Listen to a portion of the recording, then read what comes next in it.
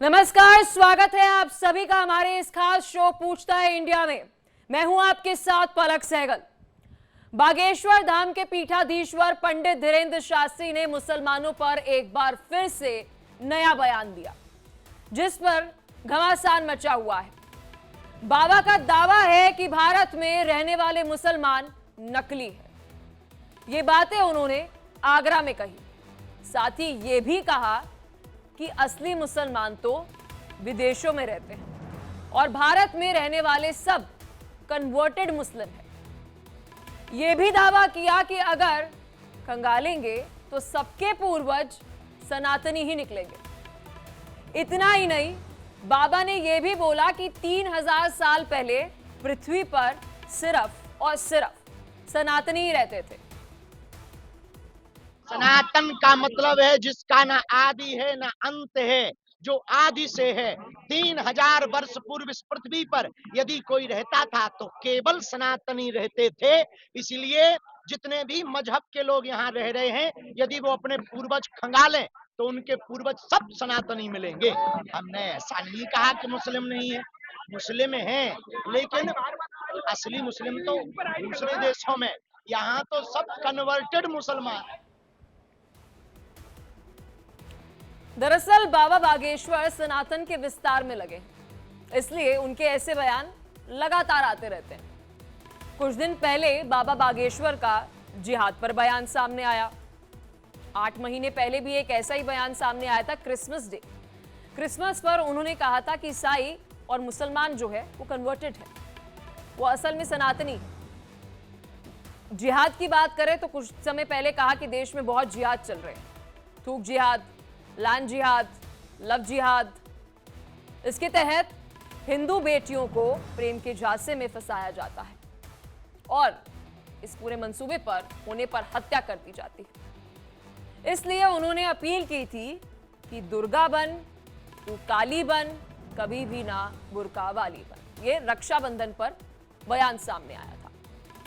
पंडित धीरेन्द्र शास्त्री जो है वो लगातार इस तरीके के बयान देते हुए नजर आते हैं, लेकिन बाबा बागेश्वर के बयान पर अब घमासान मचा हुआ है।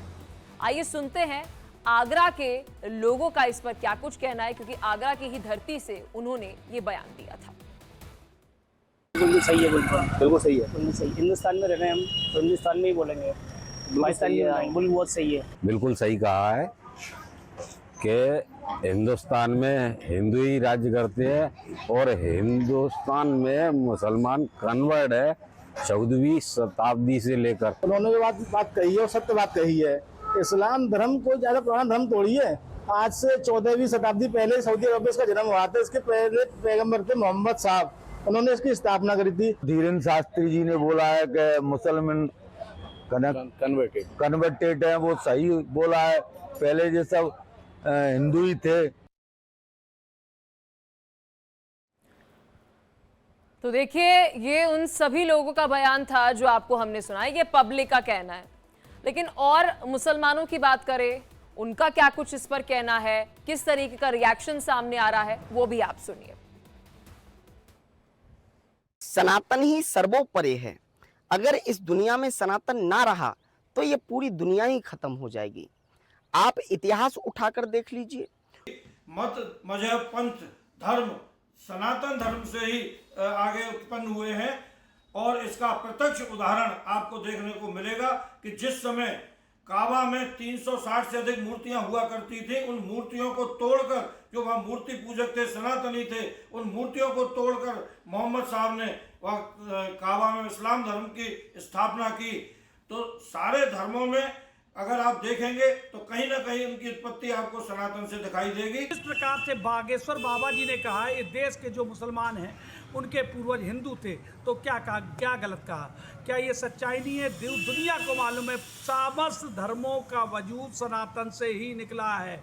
अगर 1400-1500 वर्ष पूर्व इस्लाम की उत्पत्ति, उससे पहले चलिए ईसाइयों की उत्पत्ति, बौद्धिस्टों की उत्पत्ति, सबका कारक मूल जो है वो सनातन है।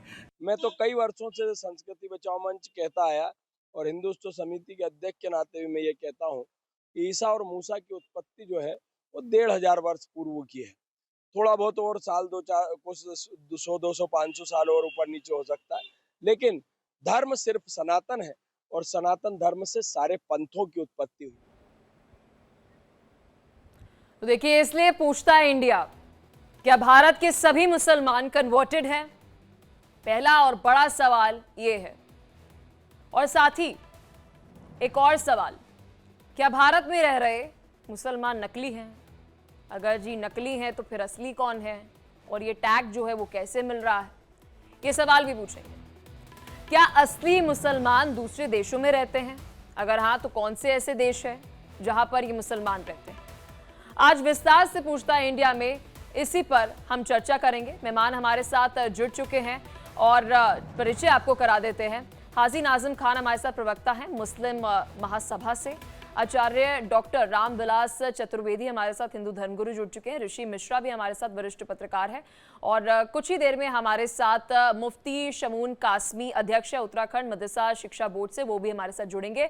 आप तीनों का बहुत स्वागत है हमारे इस खास कार्यक्रम में। शुरुआत ऋषि मिश्रा जी आपके साथ।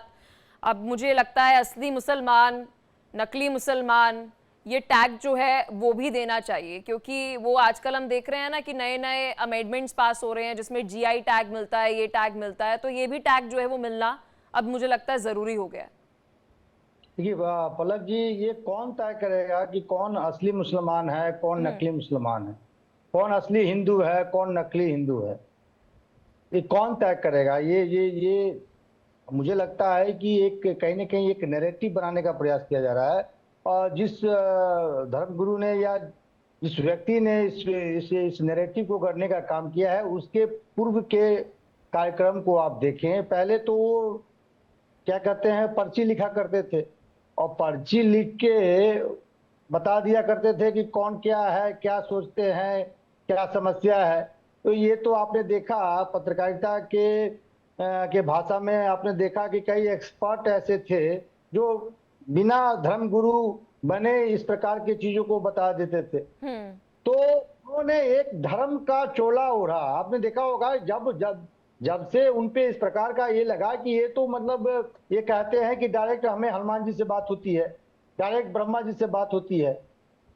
तो उसके बाद उन्होंने देखा कि जब वो डिफेंसिव पिच पे चले गए तब उन्होंने एक नारा दिया कि हिंदुस्तान को हिंदू राष्ट्र बनाना है, हिंदुस्तान हिंदुओं का है। देखिए, हिंदुस्तान सबका है, ये हिंदुस्तान वो गुलिस्ता है जहां सभी फूलों का अपना अपना महत्व है। ये कहीं ना कहीं एक नैरेटिव क्रिएट करने का लेकिन प्रयास किया जा आरएसएस रहा का है। तो ऋषि जी हाल फिलहाल में मैंने बयान जो वो सुना है, वो कह रहे हैं कि आपको ये घोषित क्यों करना है, तो हिंदू राष्ट्र है पहले से ही। देखिए ये पॉलिटिकल है। देखिए, आरएसएस का बयान हो या बीजेपी का बयान हो, कुछ धर्म गुरुओं का बयान हो, सबसे बड़ा धर्म पलक जी यदि आप मुझसे पूछे तो इंसानियत है। आज हम पलक जी हम 3 भाई हैं और हिंदू हैं, हम हिंदू में ब्राह्मण है और 3 भाई के लिए अलग अलग फ्लैट है, अलग अलग सीढ़ी है, अलग अलग अपने अरेंजमेंट है। वहां कहाँ चला जाता है हिंदू एकता? जब हिंदू को हिंदू मारते हैं। आपने कई जगह देखा कि आप देखिए इंडिया का जो अभी आप रिलीजियस डेमोग्राफी, लेकिन हिंदू को हिंदू मारते हैं, इससे ज्यादा तो मैंने मुस्लिम को मारते हुए देखा है सर। तो यही चीज मैं कह रहा हूँ। आपने बहुत बेहतरीन बात की है कि मुस्लिम को मुस्लिम मार रहे हैं, तो फिर वहां धर्म कहाँ चली जाती है कि भाई हमारे मुस्लिम भाई हम क्यों मारे? हिंदू को हिंदू मारता है। आप आज भी हम लोग ये कहते हैं कि मतलब जो है ये महिलाएं हमारी बहन है, माता है। फिर इस प्रकार की घटना क्यों होती है हमारे सोसाइटी में कि कोई महिला 11 बजे रात में निकली, कोई हमारी बहन 10 बजे निकली और उनके साथ इस प्रकार की घटना हो गई। फिर वहां हमें ये हिंदू बोध या मुसलमान बोध, क्रिश्चियन बोध कहाँ चला जाता है कि हमारी बहन जो है हिंदू है या हमारी बहन जो है मुस्लिम है। ये पॉलिटिकल एजेंडा है, इसको समझने की जरूरत है। नहीं, लेकिन पलक जी आप ठीक है ऋषि जी, एक सेकंड के लिए मान लेते हैं, मैं फिर दूसरे गेस्ट पर जाऊंगी। ओपनिंग रिमार्क आपसे फिनिश करके सर, क्या जो धीरेन्द्र शास्त्री ने कहा है सर, क्या हम ये मान ले कि बात उन्होंने सच कही है लेकिन बोलने की जरूरत नहीं थी? नहीं, सर भारत का इतिहास तो आपको भी पता है ऋषि जी, मिश्रा है और आप मान रहे होंगे इस बात। जी, लेकिन धीरेन्द्र शास्त्री का जो एजेंडा है वो पॉलिटिकल एजेंडा है। आप भी समझती हैं? नहीं आप भी सर, समझते बयान हैं? सच्चा है या झूठा है, मैं ये पूछ रही हूँ आपसे। देखिए, पॉलिटिकल है, ये नॉट ये पॉलिटिकल है, वो ये नहीं पूछ रही मैं। ये आधे घंटे के डिबेट में ये निर्णय नहीं लिया जा सकता है कि हिंदुस्तान अरे हिंदुओं सर, का है या आपका किसका अब है। तक का ज्ञान, भारत को जितना आपने समझा है, इतिहास को पढ़ा है, जो धीरेन्द्र शास्त्री कह रहे हैं सच बोल रहे हैं झूठ बोल रहे हैं, मैं सिर्फ इतना पूछ रही हूँ नहीं आपसे। नहीं, मेरा ये मानना है हिंदुस्तान सबका है। अरे हिंदुस्तान सर, किसी मैं एक- ये एक- पूछ एक- रही एक धर्म हूँ, का नहीं है। धीरेन्द्र शास्त्री जो बार बार ये बात कहते हैं क्रिसमस पर, फिर उसके बाद अब बयान सामने आ रहा है कि जितने भी मुसलमान हैं वो कन्वर्टेड है यहाँ पर, ये अगर अब तक के भारत के इतिहास को देखिए सच है या झूठ है, मैं आपसे ये पूछ रही हूँ। उनके पास आधार क्या है इस बात का? धीरेन्द्र शास्त्री कौन होते अरे हैं? तो ये सर डिसाइड आप करने ये वाले? बोलिए, झूठ बोल रहे हैं सच बोल रहे हैं, मैं आपसे सिर्फ ये पूछ रही हूँ। झूठ बोल रहे हैं। ठीक है, एक नैरेटिव क्रिएट ठीक कर रहे है। हैं, झूठ बोल रहे हैं। आचार्य डॉक्टर रामविलास चतुर्वेदी जी, ऋषि जी का ये कहना है, अब तक का जो भारत का इतिहास उन्होंने देखा है, अब तक भारत को जितना उन्होंने समझा है, धीरेन्द्र शास्त्री जो ये बात कह रहे हैं कि जितने भी मुसलमान हैं ये पहले सनातनी थे, कन्वर्टेड थे, ये झूठा बयान है। इस पर आपका क्या कहना है? जय श्री कृष्णा, और सभी जितने भी आपके गेस्ट हैं सभी को जय श्री। जिस प्रकार शास्त्री जी का बयान इस समय आया है, उन्होंने अपनी बात को रखा है। इस पर अगर इतिहास में जाते हैं तो जो हमारे मुसलमान भाई बैठे, इन्हीं से आप पूछ सकते हैं कि आपके पूर्वज कौन थे। अगर जब हम लोग डिबेट में भी इतने सारे मुसलमान भाइयों के सब बयानों को सुनते हैं, राम मंदिर के समय भी बहुत ने अपने बयान दिए थे। कोई बोलते हैं हम परिवार के हैं, कोई बोलता है कि हम हिंदुओं में हमारे पूर्वज ये थे ये थे ये थे। तो ये कोई ऐसी अलग से बात नहीं कही, बशर्ते कि जो अभी आपके वरिष्ठ पत्रकार जी बोल रहे थे कि बयान झूठा है, इसके लिए तो इतिहास का पूरी तरह से नॉलेज है। ये मिश्रा जी के शब्दों से समझ में आ रहा है, ऐसा नहीं कि इनको इतिहास का पता नहीं है। उस चीज को, हाँ, इसको आप राजनीतिक कह सकते हैं अथवा आचार्य कुछ भी डॉक्टर बोल सकते। रामविलास जी, मैं चाहती हूँ कि आप फैक्ट्स पर बोलें। आपके पास, अगर उनके पास ज्ञान नहीं है तो आपके पास क्या ज्ञान है, आपके पास क्या फैक्ट्स हैं कि जितने भी मुसलमान हमारे देश में वो कन्वर्टेड है? प्लीज सर, फैक्ट्स पे बोलिए। जो हमारा हिंदुस्तान की जो भी सभ्यता या संस्कृति में कहें तो ये बिल्कुल ही सच है कि हमारे जितने भी पूर्वज हैं वो सभी हिंदू थे और सनातनी में बिल्कुल सनातनी हिंदू थे, उसमें कहीं किंतु परंतु नहीं है। बात नहीं है जिसको कि आज के समय धीरेन्द्र जी कहें लोग उस चीज को माने। ये तो पुराने जितने भी हमारे इतिहासकार हैं सभी, और उस चीज उसको आप बिल्कुल देख सकते हैं, कोई इसमें नई बात नहीं कही है। ठीक है, ठीक है। हाजी नाजिम जी, क्या कहना चाहेंगे आप? ये पहली दफा नहीं है जब धीरेन्द्र शास्त्री की तरफ से इस तरीके का बयान सामने आया, और रेपिटेटिव बेसिस पर ये बात बोलते हैं भारत में जितने भी मुसलमान हैं, क्रिश्चियंस हैं, वो कन्वर्टेड हैं।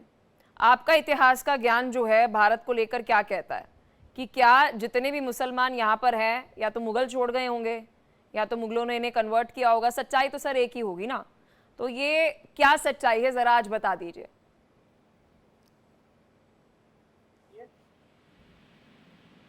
पलक जी, मेरी आवाज आप तक आ रही है? जी जी जी, आपकी आवाज पहुंच रही है सर। हाँ पलक जी, देखिए अल्लाह का शुक्र है, हाजिर नाजिम खान बड़े फख्र से कहता है कि मैं भारतीय मुस्लिम हूँ, पहले भारतीय फिर मुस्लिम हूँ। और ये जब से हमारे धीरेन्द्र शास्त्री जी जब से दुबई से आए तो वहाँ के मुसलमानों को असली बता रहे हैं, जबकि अपने भारत के मुसलमानों को नकली बता रहे हैं। ये कौन होता है बाबा इस तरीके का जस्टिफाई करने वाले कि भारत के अंदर नकली है या वहाँ असली है? भाई इस मुल्क की सरजमी पे हमारे अपने बुजुर्गों का खून शामिल है।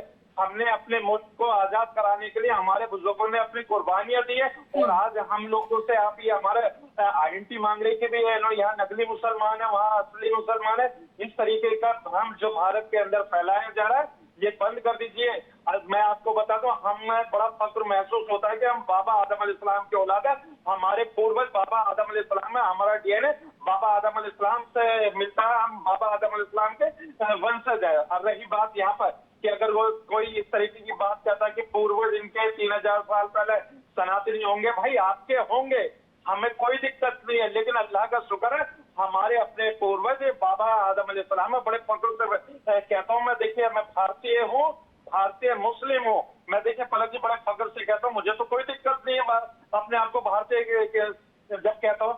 लेकिन जब ये लोग अगर अपने बाहर जाते हैं तो ये क्या कहते हैं, भारत के मुसलमानों को तो ये दरकिनार करते, नकली बताते, बाहर के मुसलमानों से नहीं, लेकिन हाजी नाजिम जी, अब मैं इस प्लेटफॉर्म पर आप जो मिडिल ईस्ट की कंट्रीज के बहुत सारे दिग्गज लोग हैं उनका नाम ले लूंगी। उनके ऑफिशियल स्टेटमेंट्स आई हुई हैं कि भारत में जो मुस्लिम है वो कन्वर्टेड है। ये बात एक मुस्लिम ने ही कही है भारत के मुस्लिम्स के लिए। धीरेन्द्र शास्त्री को एक सेकंड के अगर हम भूल भी जाएं तो क्या वो झूठ बोल रहे हैं? हाँ, मतलब मिडिल ईस्ट में बैठे मुस्लिम जो है वो झूठ बोल रहे हैं?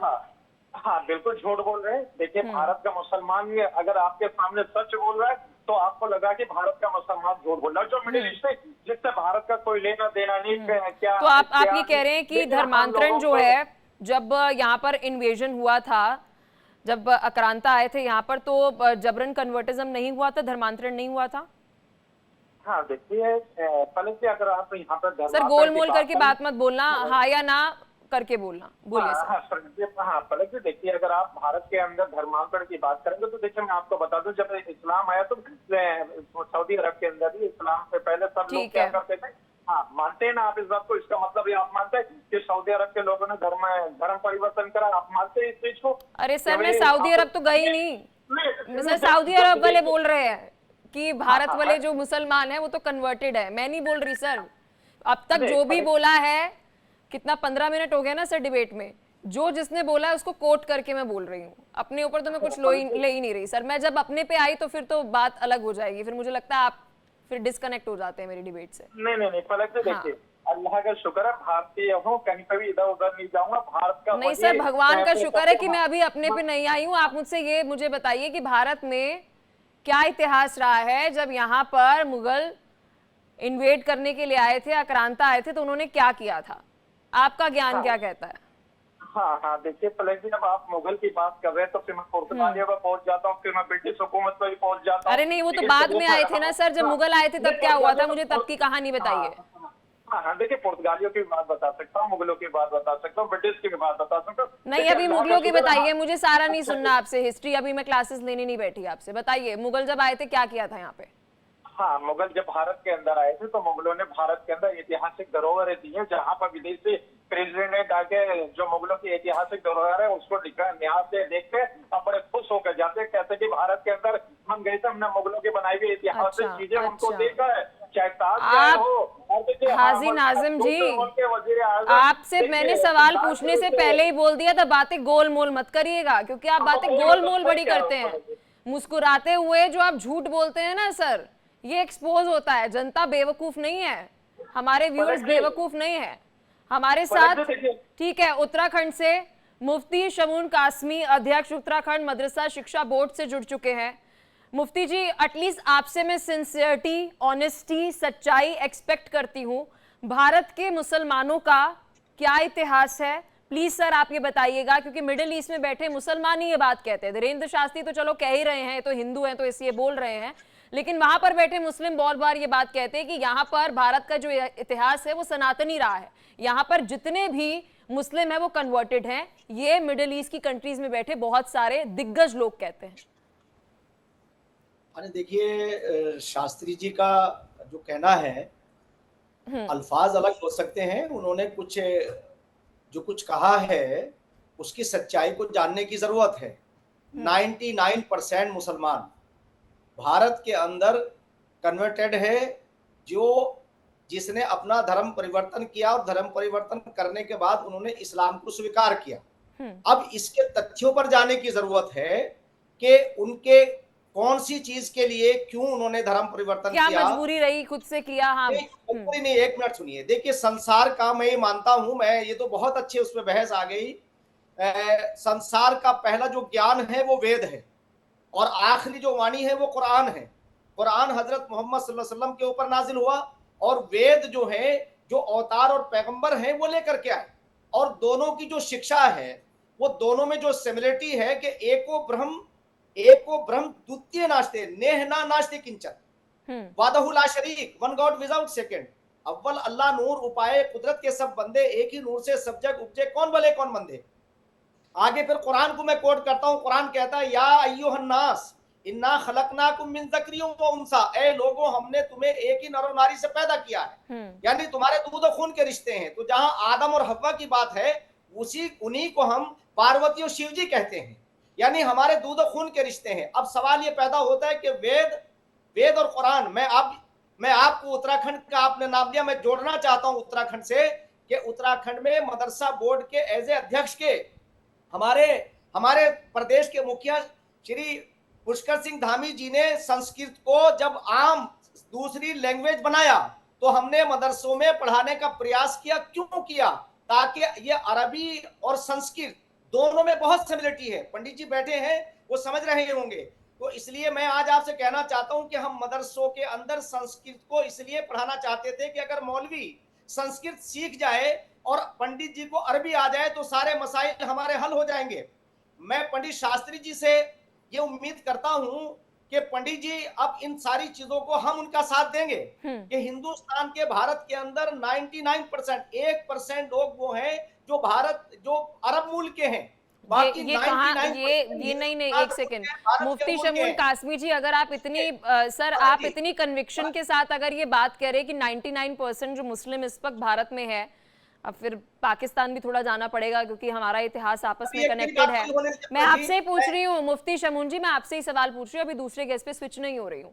आपके पास सर फैक्ट्स कहाँ से है, कहाँ पर ये डेटा लिखा हुआ है कि 99% जितने भी मुस्लिम है वो कन्वर्टेड है? बोलिए सर। अब मैं आपसे बता रहा हूं ना कि हिंदुस्तान के अंदर जो सनातन धर्म है ना, अगर सनातन धर्म का हम अर्थ समझ लें तो सनातन धर्म का अर्थ है जो सदा से सीधा चला आया हो। ठीक है। और इस्लाम के अंदर भी वो अल्फाज हैं, जब लोग जानेंगे तो मैं आपसे ये कह रहा हूं कि दोनों में इतनी सिमिलरिटी है कि इस्लाम का भी अर्थ यही है कि जिसने सीधा रास्ता सिखाया हो, अमन की बात। अरे मुफ्ती शमून जी, आप मेरे सवाल का जवाब नहीं दे पा रहे। मैं आपसे महज ये पूछ रही हूँ 99% वाला डेटा आप कहाँ से उठा के लाए हैं? ऋषि मिश्रा जी, सवाल आपसे। ठीक है, आती हूँ सर, आपके पास आती हूँ। बहुत समय है हमारे पास सर, बहुत समय है सर, टाइम डिवाइड करना पड़ेगा, फिर मेरे ऊपर इल्जाम लगा देते आपने मुफ्ती शमून जी को बड़ा टाइम दिया, दूसरों को बड़ा कम दिया है। ऋषि मिश्रा जी आपसे सवाल है सर। एक सेकंड के लिए मान लेते हैं कि अगर अभी मैं हरिद्वार जाऊंगी और मैं अगर अपने गोत्र के बारे में जानकारी दूंगी तो मेरे जितने भी पूर्वज रहे हैं उसके बारे में मुझे जानकारी मिल जाएगी, मतलब पूरी लिस्ट वहां पर बनी हुई। ये मैं एक उदाहरण के तौर पर पेश कर रही हूँ कि अगर ऋषि मिश्रा भी जाएंगे हरिद्वार और वहां पर पंडित जी को अपना नाम बताएंगे, गोत्र बताएंगे, तो पूरे जितने पूर्वज हैं वो पता चल जाएंगे। अभी कासमी जी कह रहे हैं भाई 1990 मतलब जो परसेंट है 99% वो सारे के सारे कन्वर्टेड हैं। अब ये सर हिंदू तो अपना डेटा निकाल लेंगे, ये मुस्लिम अपना डेटा कैसे निकालेंगे? पता कैसे चलेगा हु इज ओरिजिनल एंड कौन फेक है? ठीक है, यही मेरा सवाल है, जो आपका सवाल है वो भी मेरा सवाल है। धीरेन्द्र शास्त्री जी या जो भी विद्वान पैनलिस्ट हैं यहाँ जो कह रहे हैं कि 99% जो मुस्लिम है वो कन्वर्टेड हैं, तो उसका आधार क्या है? यदि आधार है तो रखें, ज्ञानवर्धन करें हम लोगों को, हम लोग भी मान लेंगे कि भाई जो हमारे यहाँ जो मुस्लिम हमारे जो भाई हैं वो कन्वर्टेड है, पहले वो हिंदू थे। ये बात मैं आपके बात से सहमत हूं। सर आपको नहीं लगता जैसे सपोज के टाइम में एक एक्स मुस्लिम लड़की है और एक वाई मुस्लिम लड़का है और उसे अपने कुटुंब के बारे में जानना है, उसे अपने एंसेस्टर्स के बारे में जानना है और हक है, पूरा अधिकार है। मुझे लगता है पलक सहगल को पूरा अधिकार है, उसके एंसेस्टर्स कौन से, उसके पूर्वज कौन थे, उसके बारे में मुझे पता होना चाहिए। तो अगर उसे जानना है तो उसे कैसे पता चलेगा? मतलब वो एक पूरा जो ट्री बनता है, फैमिली ट्री बनता है जिसको हम कहते हैं अंग्रेजी में, वो कैसे पता चलेगा? मतलब ये कोई एक होते हैं, मतलब मुस्लिम अगर धर्म की बात करें यहाँ पर तो देखिए ये इस पे तो कोई मुस्लिम धर्म गुरु ही प्रकाश डाल सकते हैं। लेकिन आपके बात से भी मैं सहमत हूँ कि मुगल काल में बहुत से ऐसे जो हिंदू हैं जिनको मुस्लिमों में कन्वर्ट किया गया बाय प्रेशर, दबाव बना के, ये इसमें भी कोई दो राय नहीं है, ये फैक्ट्स है। लेकिन ये कहना कि हिंदुस्तान में जो 99% हिंदू हैं, जो मुस्लिम है वो हिंदू इतनी एक्यूरेसी से नहीं बोल सकते हैं। हाँ, इतनी एक्यूरेसी क्या, इसमें कोई पॉलिटिकल एजेंडा है? और धीरेन्द्र शास्त्री को तो मैं गुरु ये शास्त्री उस्त्री मानता नहीं हूँ। वो उनका आप विगत 3-4-5 सालों का आप एक्टिविटी देख लीजिए। जो आदमी 50 लाख लेके धर्म का प्रचार करता हो, बड़े बड़े महंगे हेलीकॉप्टर से घूमता हो, वो अपने आप को नहीं, धर्म गुरु लेकिन कहता हो, देखिए तो मैं ऋषि तो नहीं मिश्रा जी, मानता हूं। अभी हम मैं तो नहीं मानता हूं ऐसे लोगों आपके को और मेरे धर्मगुरु। बहुत सारे ऐसे मित्र होंगे जो ये बात बोलते भी होंगे कि जी हम राजपूत हैं तो हमारे पूर्वज जो थे वो हिंदू थे, फिर उसके बाद कन्वर्ट हुआ, जो भी है, ऑफ कैमरा ये बात बोलते हैं। लेकिन ऑन कैमरा हम थोड़े दिग्गज जो लोग हैं, जाने माने लोग हैं, उनका थोड़ा एग्जाम्पल ले लेते हैं। अब ये फारूक अब्दुल्ला साहब जो हैं, शेख अब्दुल्ला जो हैं, उन्होंने अपनी खुद एक किताब है, किताब का नाम मुझे भी याद नहीं आ रहा, फोन मेरे हाथ में नहीं है, आप एक बार सर्च कर लीजिएगा। उन्होंने अपनी किताब में ये बात लिखी है कि मेरे पूर्वज जो हैं वो कश्मीरी पंडित थे। मतलब उनके अंदर ये एक्सेप्टेंस है, हो नहीं सकता सर, उन्होंने लिखी है ये बात बुक में। तो उन्होंने अपनी बायोग्राफी में इस बात को एक्सेप्ट किया है कि मेरे जो वंशज जिसका मैं हूं, मेरे जो पूर्वज है वो हिंदू थे। अब एक ये बात बोल रहा है, वो तो दिग्गज थे, जाने माने थे, तो उन्होंने ये बयान दे दिया। लेकिन सवाल ये है सर, ये पता कैसे चलेगा कि जितने भी हमारे मुस्लिम भाई बहन हैं कि उनके पूर्वज कौन थे, उनके पूर्वजों के साथ क्या हुआ, जिसका अधिकार उनके पास है जानने के लिए, वो पता कैसे चलेगा? पलक जी, एक इंटरेस्टिंग चीज और बताऊं, मोहम्मद अली जिन्ना जो है वो भी मुस्लिम नहीं थे, वो कन्वर्टेड मुस्लिम थे। तो मैं आपके बात से सहमत हूँ, बहुत से ऐसे हमारे जो मुस्लिम भाई हैं वो कन्वर्टेड हैं, लेकिन ये कहना कि पूरा मुस्लिम कौम ही कन्वर्टेड है, ये सही नहीं है। अरे अपनी दुकानदारी चलाने के लिए इस प्रकार का बयान ऐसे शास्त्री जी लोग देते रहते हैं ताकि उनका जो एजेंडा है, उनका जो मार्केट में जो वैल्यू है वो बना रहे, और किस पार्टी के नैरेटिव को वो क्रिएट करना चाहते हैं। अभी बिहार में चुनाव है, धीरेन्द्र शास्त्री जी के कई कार्यक्रम लग चुके हैं। ठीक है, संदीप मिश्रा जी भी हमारे साथ जुड़ चुके हैं सर, हमारे सीनियर साथी हैं, बहुत बार सर अपना पूरा पॉलिटिकल विजन जो है वो देते हैं। अब ऋषि जी, संदीप जी लगातार ये बात कोट कर रहे हैं और कह रहे हैं कि भाई ये पॉलिटिकल नरेटिव है जो सेट करने की कोशिश की जा रही है। अब मैं संदीप जी आपसे जानना चाहती हूँ, अरे दिलचस्प बात, देखिए दोनों मिश्रा है। संदीप जी, सवाल ये है कि ये जो धीरेन्द्र शास्त्री जी कह रहे हैं, झूठ बोल रहे हैं या सच बोल रहे हैं? पॉलिटिकल है नहीं है उसमें मैं आपसे बाद में सवाल पूछूंगी, सच कह रहे हैं या झूठ बोल रहे हैं?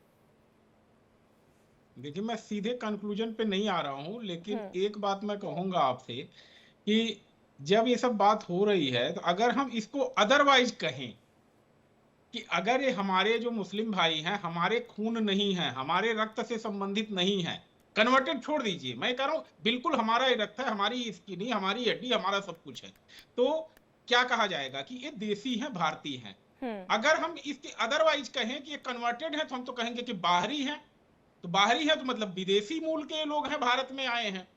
तो भाई इस तरह से दोनों बात नहीं चलेगी। मतलब समझी नहीं सर, मैं थोड़ा समझाइए, इसे इलैबोरेट कीजिए, मैं समझ नहीं पाया। मैं इसको इलैबोरेट कर रहा हूँ। राजस्थान में अगर आप जाएंगे तो सभी लोग अक्सर 90% 95% लोग 6 फीट मिलेंगे, जाटों की लंबाई भी आपने देखी है। एक राज्य विशेष में, राज्य का नाम नहीं लूंगा, वहां के लोगों की हाइट थोड़ी कम होती है, उसी तरह उस राज्य के लोगों का रंग भी अलग होता है। तो एक जियोग्राफिकल जो डिफरेंस होता है, हर राज्य का अपना अपना अलग उस नागरिकों का होता है, आप देखेंगे।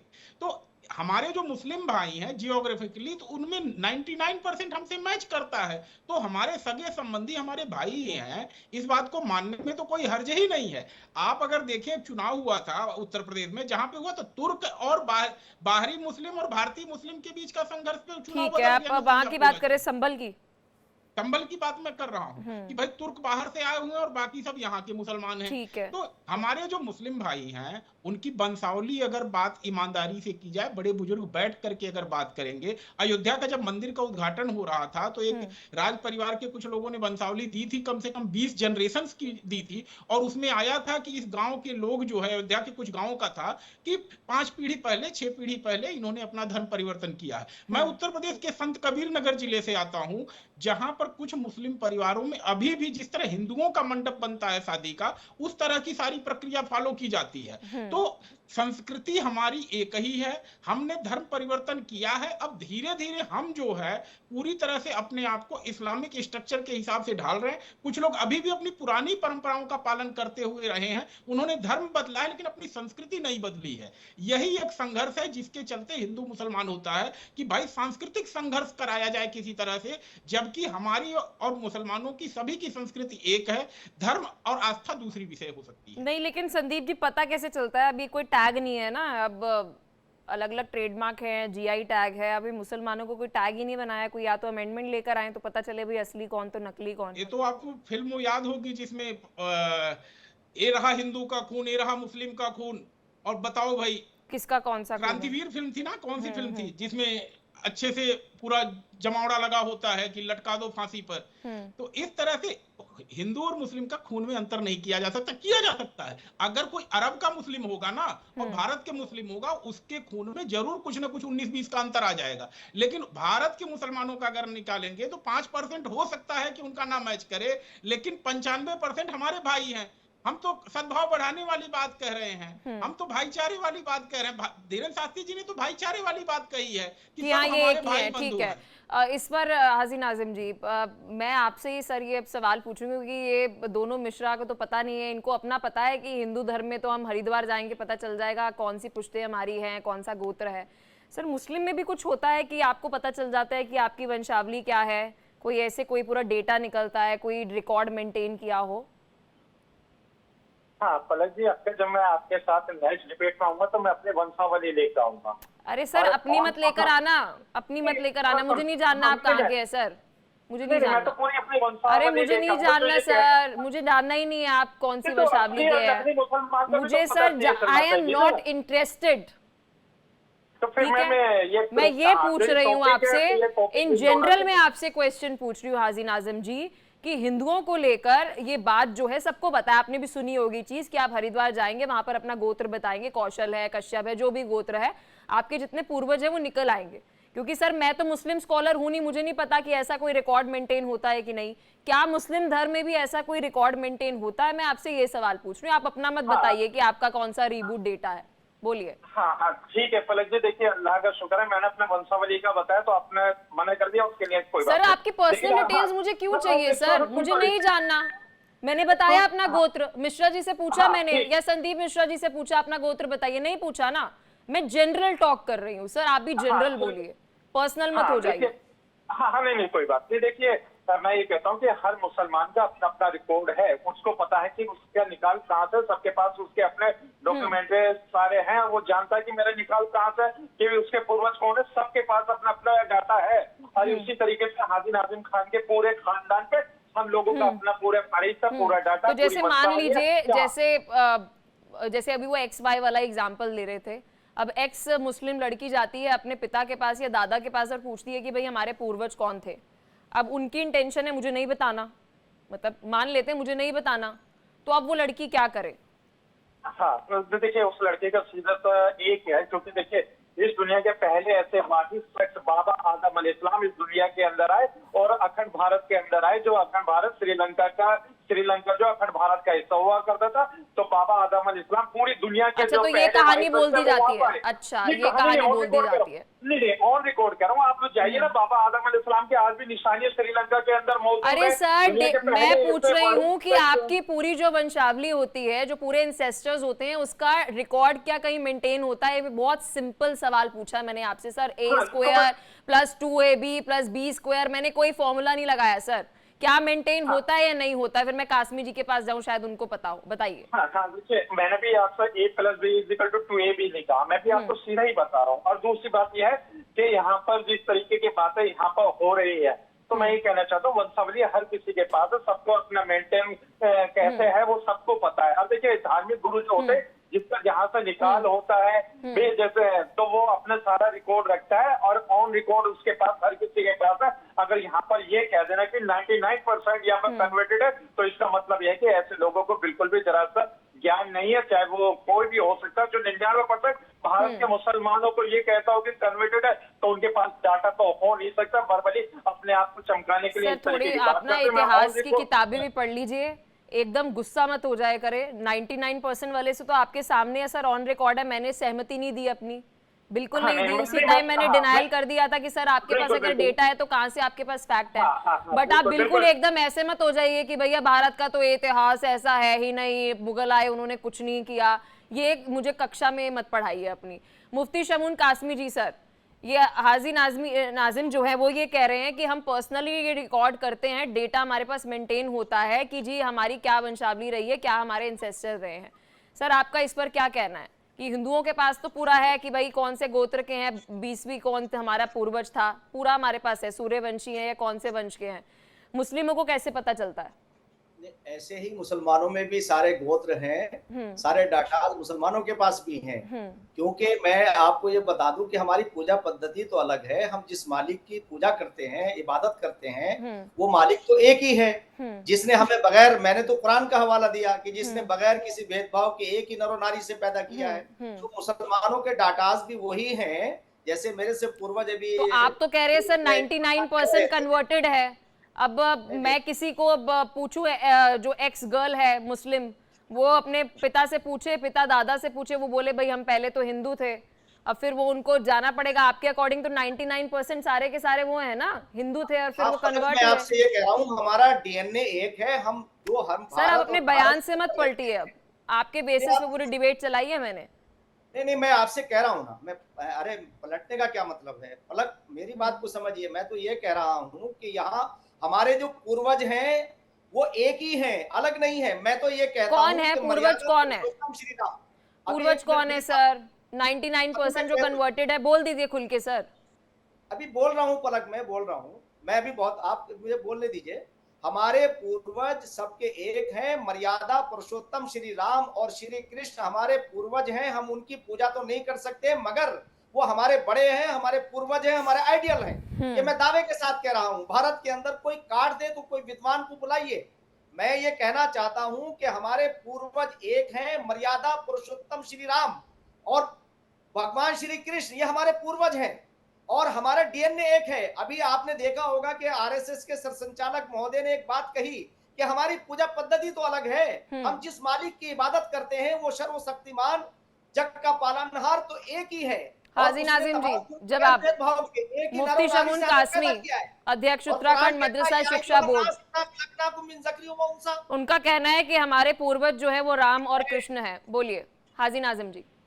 हाँ, रामविलास जी, फिर मैं आपके पास आती हूँ, बोलिए। हाँ, पलक जी देखिए, मुफ्ती साहब का ही अपना निजी बयान हो सकता है। देखिए, राम जी, श्री कृष्ण जी पूर्वज है हमारे हिंदू भाइयों के भी, और हमारे भी। और हमारे जो पूर्वज है बाबा आदम अलैहिस्सलाम है, हम बाबा आदम अलैहिस्सलाम की औलाद है। और रही बात ये कि बार बार इस बात को कहना मुफ्ती साहब का, तो इनका अपना निजी बयान है। हम अपने हिंदू भाइयों की आस्था का पूर्ण ध्यान रखते हैं, और जो हमारे हिंदू भाइयों की पूजा इसलिए या पूजा पद्धति करने का तरीका, हम लोगों को कोई भी दिक्कत या परेशानी नहीं है। हम लोग चाहते हैं हिंदू भाई अपनी पूजा पद्धति को उसी तरीके से कायम करते रहे जिस तरीके से उनका धर्म बताता है, और इंशाल्लाह हमारा जो मजहब बताता है, हम अपने मजहब के आधार पे अपने पूजा यानी इबादत जो आचार्य डॉक्टर रामविलास चतुर्वेदी जी, देखिए यहाँ पर अगर मैं बात करूँ कासमी जी की, यहाँ पर बात करूँ हाजी नाजिम जी की, बात करूँ ऋषि जी की, उन्होंने तो कहा कि देखिए पलक, ये बहुत अच्छी चीज़ लगी मुझे ऋषि जी की, उन्होंने कहा कि पलक मुझे इस बारे में नॉलेज नहीं है कि कैसे ये डेटा मेंटेन करते हैं, हिंदुओं का तो मैं बता सकता हूँ, नहीं पता।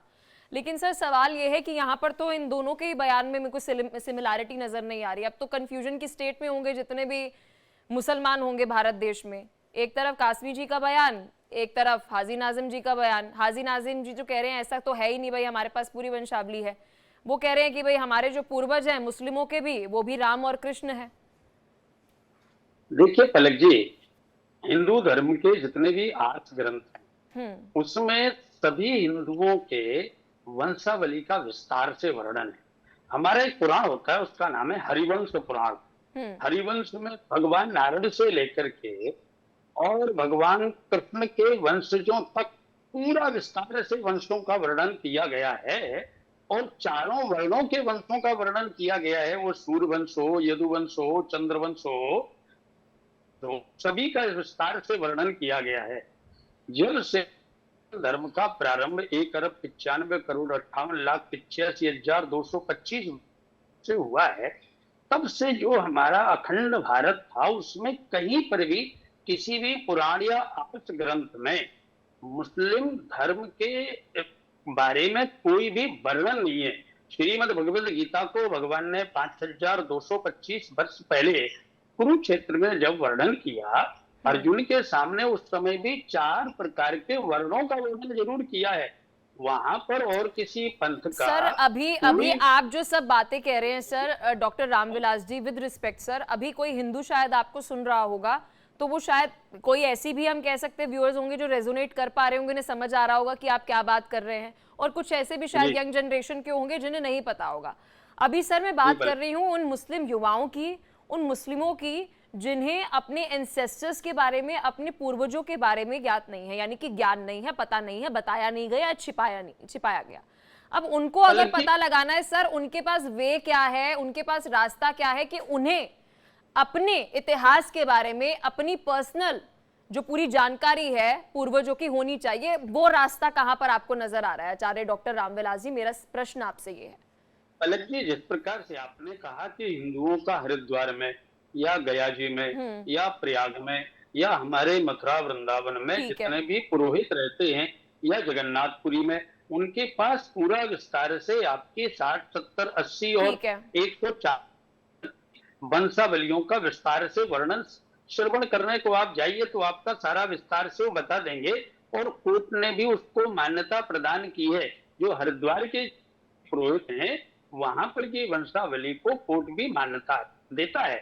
तो जैसे मुफ्ती जी अभी बोल रहे थे कि उनके जो भी मदरसों में अथवा जहां भी लिखा जाता, अरे सर वो तो कह रहे हैं 99% जो है वो सारे के सारे कृष्ण और राम के वंशज हैं। तो उन्होंने कुछ भी गलत नहीं कहा। आज आप किसी भी प्रकार से पूर्व में अगर आप पढ़ लें, किसी भी इतिहास में पढ़ लीजिए, तो वहां पर भी कहीं पर भी अलग से नहीं है, सब हिंदुओं के बारे में वर्णन है। मैं आपको बताऊं 1200 ईस्वी में आद्य शंकराचार्य भगवान साउथ में प्रकट हुए, जिन्होंने 18 वर्ष की उम्र में साउथ से लेकर के और उत्तर तक यात्रा करी। और उस समय बौद्ध धर्म की प्रभावता बढ़ती चली जा रही थी। तब उन्होंने हिंदू धर्म की जागृति के लिए अनेक प्रकार से अपने सत्संग पर भी किया। और ऋषि जी देखिए सर, प्रॉब्लम यहाँ पर ये है ना कि आप ऋषि जी बता देंगे कि कश्यप या फिर अलग अलग अगर हम बात करें ऋषियों ने किस तरीके से आप आगे जो है गोत्र बढ़ाया। मैं संदीप जी से भी ये सवाल पूछूंगी तो वो भी ये बात बता देंगे, और ये बात जो है आचार्य जी ने हमें बता दी। सर सवाल मेरा ये है कि अगर हम एक पूरा डेटा दे सकते हैं कि भैया हमारे वेद पुराण में ये सब बातें लिखी हैं, हमारे पुरोहितों के पास ये जानकारी है, तो हमारे पास एक डेटा है, यानी कि हमारे पास फैक्ट्स है देने के लिए। सर मैं ये पूछ रही हूं कि हमारे देश में अगर जो मुसलमान है, चाहे वो युवा हो चाहे कोई भी मुसलमान हो, अगर उसे जानना है कि उसके जो एंसेस्टर्स हैं उसके बारे में उसे जानकारी कैसे मिलेगी, तो उसको वो जानकारी कैसे जुटानी है, उसको पता कैसे चलेगा? क्या सऊदी अरब में थे या मिडिल ईस्ट में किसी कंट्री में थे, उसे अगर पता लगाना है तो उसके पास रास्ता क्या है सर? और ये बहुत, मुझे लगता है ये डिबेट तो हम इस पर चर्चा शुरू इस पे नहीं हुई थी, लेकिन एक्चुअल में बहुत बड़ा मुद्दा है। देखिए पलक जी, हम लोग का वंशावली है कि हम लोग कहाँ से आए, हमारे 10 पीढ़ी या कैसे शुरू हुआ, उससे भी पहले की जो पीढ़ी है उसका एक तरह से यदि आप मुझसे ही पूछेंगे तो मुझे कम से कम 7-8 पीढ़ी का नाम तो एग्जैक्ट याद है। तो ये होना चाहिए। और ये तो मुस्लिम धर्मगुरु जो हमारे साथ बैठे हैं डिबेट में, उनको बताना चाहिए, या जो भी धर्मगुरु हैं जिसको रास्ता दिखाना चाहिए। हाँ, रास्ता दिखाना चाहिए। लेकिन ये 2 बातें हैं जो मैं रखना चाहता हूँ एक पत्रकार होने के नाते। यूपीए सरकार में जब पार्लियामेंट में सवाल किया गया राम सेतु को लेकर, तो यूपीए सरकार का कहना था कि राम सेतु काल्पनिक है, जिसको लेकर बीजेपी ने हाय तौबा मचाया। अब वर्तमान में एनडीए की सरकार है, बीजेपी की सरकार है। माँ सीता को लेकर जब पार्लियामेंट में सवाल किया गया, और महेश शर्मा उस समय संस्कृति मंत्री थे जो नोएडा से सांसद हैं, उन्होंने पार्लियामेंट में जो तथ्य रखे कि माँ सीता को लेकर जो कोई एक ठोस तथ्य नहीं है, काल्पनिक है, इस प्रकार की बातें कही गई। जब हमारी सरकार पार्लियामेंट में, देखिए पार्लियामेंट में आप ये भावनात्मक बातें तो रख नहीं सकते हैं, तथ्यों के आधार पर आपको बात रखनी होगी। जब हमारी सरकार है, दोनों सरकार, चाहे यूपीए की सरकार हो या एनडीए की सरकार, ये नहीं मानते हैं कि जो हमारे आराध्य हैं उनको लेकर कोई तथ्य है, तो ये हमारे ये एक मुस्लिम मदरसे बोर्ड के जो चेयरमैन है, सिर्फ एक बोर्ड के चेयरमैन बनने के लिए गलत तथ्य क्यों परोस रहे हैं टीवी पे? अभी तो डिबेट में नहीं है वो। मैं तो उनसे सवाल करता कि एक मदरसे बोर्ड के चेयरमैन बनने के लिए आप ये गलत तथ्य क्यों रख रहे हैं कि जो 99% मुस्लिम हैं, जो भगवान राम और कृष्ण के वंशज हैं, क्या आधार है उनका? इस प्रकार का तथ्य नहीं रखना चाहिए आपको, क्योंकि एक राज्य मंत्री का दर्जा आपको लेना है, सरकार को खुश करना है, चमचागिरी करना है, उनको हम गलत तो शब्दों का फिर चयन कर रहे हैं आपको इसलिए। रास्ता क्या नजर आ रहा है सर? कैसे पता चले फिर उनको कि उनके वंशज किसके वंशज है वो? ये तो हमारे जो धर्म गुरु हैं, जो विद्वान लोग हैं, जिनको तथ्यों की जानकारी है, और जिस शास्त्री जी के बयान पे हम लोग डिबेट कर रहे हैं, उनका आप अध्ययन देख लीजिए, उनका डिग्री देख लीजिए, उनका हिंदुओं को लेकर जो एक उनका अरे जो सर, knowledge है, उस पर ये मेरा सवाल है। ऋषि जी आप इस बात को डिनाई करेंगे कि मिडिल ईस्ट के बहुत सारे मुस्लिम्स ये बात कहते हैं कि जी जितने भी भारत में मुस्लिम रह रहे हैं वो कन्वर्टेड है, उनकी जो ओरिजिनलिटी है वो सनातनी है। ठीक है सर, ये पलक सहगल नहीं बोल रही है, ऋषि मिश्रा नहीं बोल रहे, ये हाजी नाजिम नहीं बोल रहे, ये संदीप मिश्रा नहीं बोल रहे, ये डॉक्टर रामविलास जी नहीं बोल रहे हैं, ये वहां पर अरब देशों में बैठे हुए बोल रहे हैं कि भाई हम असली मुसलमान हैं। हमारी अगर आप देखेंगे तो हमें अपनी पूरी जानकारी है कि कहां कब क्या शुरुआत हुई, और जो भारत में है और पाकिस्तान के लिए भी ये बात बोलते हैं क्योंकि इन दोनों का आपस में इतिहास है, ये सब के सब जो है सनातनी थे, इन्हें मुगल शासकों ने कन्वर्ट किया, ये बात वो बोलते हैं। सर वो इतनी कन्विक्शन के साथ ये बात क्यों बोल रहे हैं? पहली बात ये ऋषि जी। दूसरा सवाल ये सर, पूरी डिबेट में मैंने आप लोगों से ही सवाल पूछा कि अगर हम हिंदुओं के पास ये प्रमाण है कि हम सनातनी हैं, हमारे पास पूरा चिट्ठा है, हम सूर्यवंशी है या चंद्रवंशी है, हमें सारी जानकारी है, ठीक है, हमने अपना ये जरूरी समझा, हमारे ब्राह्मणों ने, पुरोहितों ने, कि इसका एक रिकॉर्ड होना चाहिए, एक डेटा मेंटेन होना चाहिए, आने वाली पीढ़ियों को पता होना चाहिए कि उनका वजूद क्या है। आपसे मैंने ऋषि जी पूछा कि आप बताइए मुसलमानों को, भाइयों को कैसे पता चले, बहनों को कैसे पता चले कि उनका इतिहास क्या है?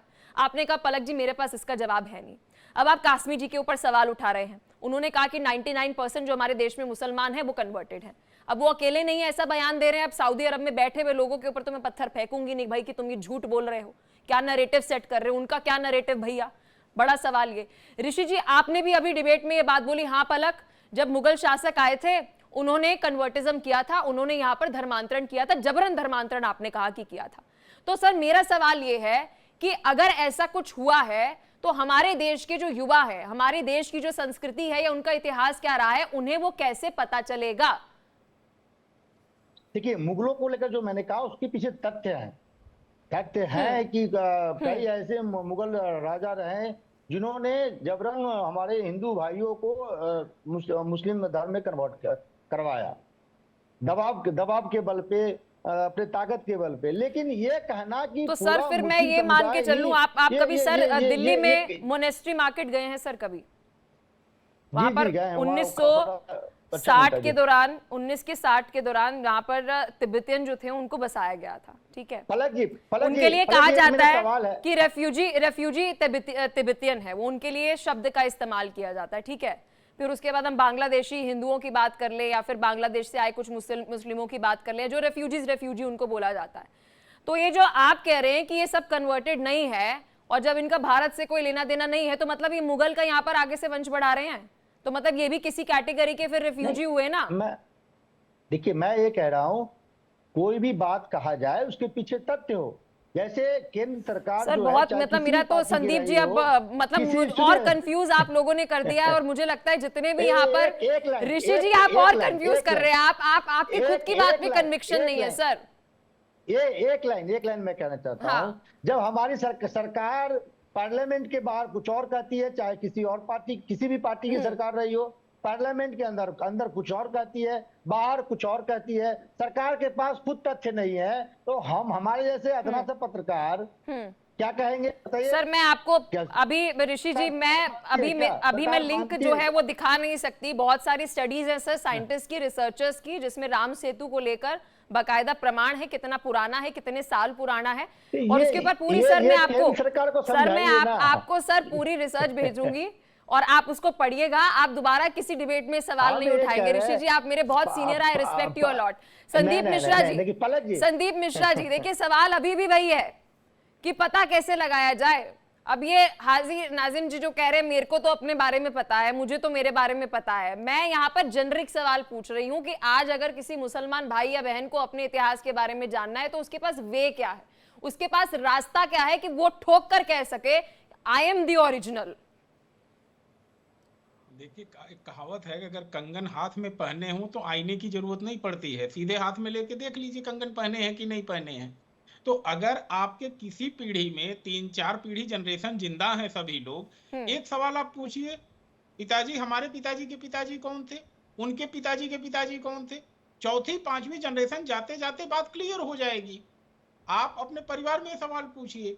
मानिए चलिए हिंदुओं में तो थर्ड पार्टी इस डेटा को प्रिजर्व करती थी जिसका उस परिवार से कोई लेना देना वो नहीं होता था, जैसा आपने कहा कि हरिद्वार हो गया, गया हो गया, इन सब जगहों पे एक इंडिपेंडेंट संस्था जो है उस डेटा को प्रिजर्व करती थी। लेकिन मुस्लिमों में ऐसी कोई बात नहीं आई। एक बात मैं यहाँ पे पलक जी मैं कहूँ, दो व्यक्तियों की बात हो रही थी, हमारे हाजी नाजिम साहब हैं और कासमी साहब हैं, दोनों लोगों की। मैं दो देशों की बात करता हूँ। इंडोनेशिया है पूरा का पूरा देश जिसने हिंदू संस्कृति को बचाकर सुरक्षित रखा हुआ है और उस पर वह गर्व भी करता है। तो मतलब इंडोनेशिया तो मानता है ना को कन्वर्टेड मुस्लिम है, वो मानता नहीं है कि हम हिंदू नहीं हो, मानते हैं हमारे पूर्वज रहे होंगे। तो एक पूरा का पूरा देश एडमिट करता है कि हम हिंदू थे।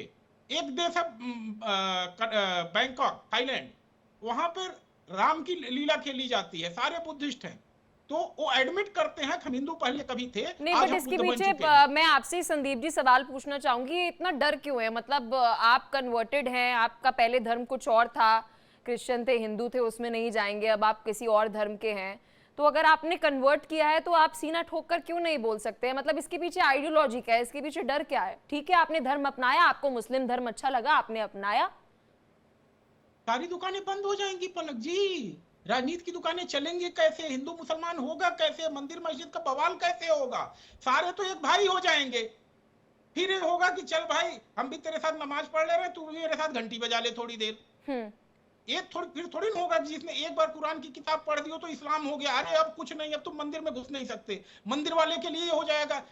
और सर हमारे मंदिर में तो नहीं बोलते, हमारे मंदिर में तो सर जहां तक मैं सनातन धर्म को जानती हूँ, हिंदू आए, मुस्लिम आए, सिख आए, ईसाई आए, जिसको भगवान के दरबार पे आना है वो आए, भगवान ये भेदभाव नहीं करता है। हमारे में तो ये कभी सिखाया ही नहीं गया, और हमें ये भी नहीं कहा गया तुम्हें मस्जिद जाना है जाओ, तुम्हें चर्च जाना है जाओ, तुम्हें गुरुद्वारे जाना है जाओ। सर आप बंगला साहिब कभी जाइएगा, वहां पर आपको ज्यादा नजर आएंगे कि कितने हिंदू भाई वहां पर होते हैं। हमें तो ये सिखाया पढ़ाया ही नहीं जाता। थोड़ा सा मैं ऐड कर रहा हूँ, थोड़ा सा ऐड कर रहा हूँ। बीबीसी का एक वीडियो हम लोगों ने देखा था जिसमें कि पाकिस्तान में कुछ भाई थे और जो पंजाब वाले पंजाब में रह गए। जब दोनों इकट्ठा हुए तो पता चला कि उन्होंने इस्लाम कन्वर्ट हो गए और भारत वाला सिख का सिख बना रह गया। जब दोनों भाइयों में मुलाकात हुई तो सारी बातें खत्म हो गई। जिस दिन पता सर मुझे ना बताइए, मैं पंजाबी हूँ, मुझे सबसे ज्यादा बेहतर तरीके से पता है। अपने पूर्वजों को यहाँ पर उठा के ले आऊं ना तो वो बताएंगे कि किस तरीके से जबरन वहां पर धर्मांतरण जो है वो उनका किया गया है। बेटियों को उठा उठा के, बेटों को उठा उठा के खुद जहर उन्होंने दिया अपनी बेटियों को। बहरहाल बहुत शुक्रिया, समय हमें इतनी इजाजत दे पा रहा है, सभी ने अपना कीमती समय दिया और विस्तार से इस मुद्दे पर चर्चा की। जय हिंद, बहुत शुक्रिया आप सभी का इस पर मुद्दे पर चर्चा करने के लिए।